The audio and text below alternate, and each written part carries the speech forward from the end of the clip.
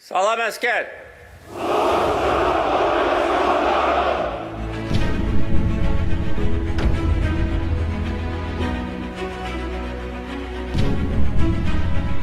Nə qədər sənin silahın, sursatın olsa belə, nə qədər müasir hərbi texnologiyalardan istifadə etsən belə, qələbəni əldə edən əlində silah əskərdir, zabitdir.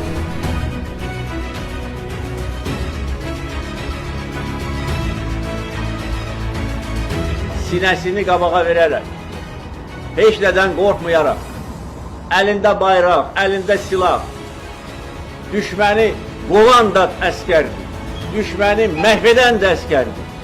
Eşq olsun bizim əskərlərimizə. Bax, belə ordu yaratmışıq biz.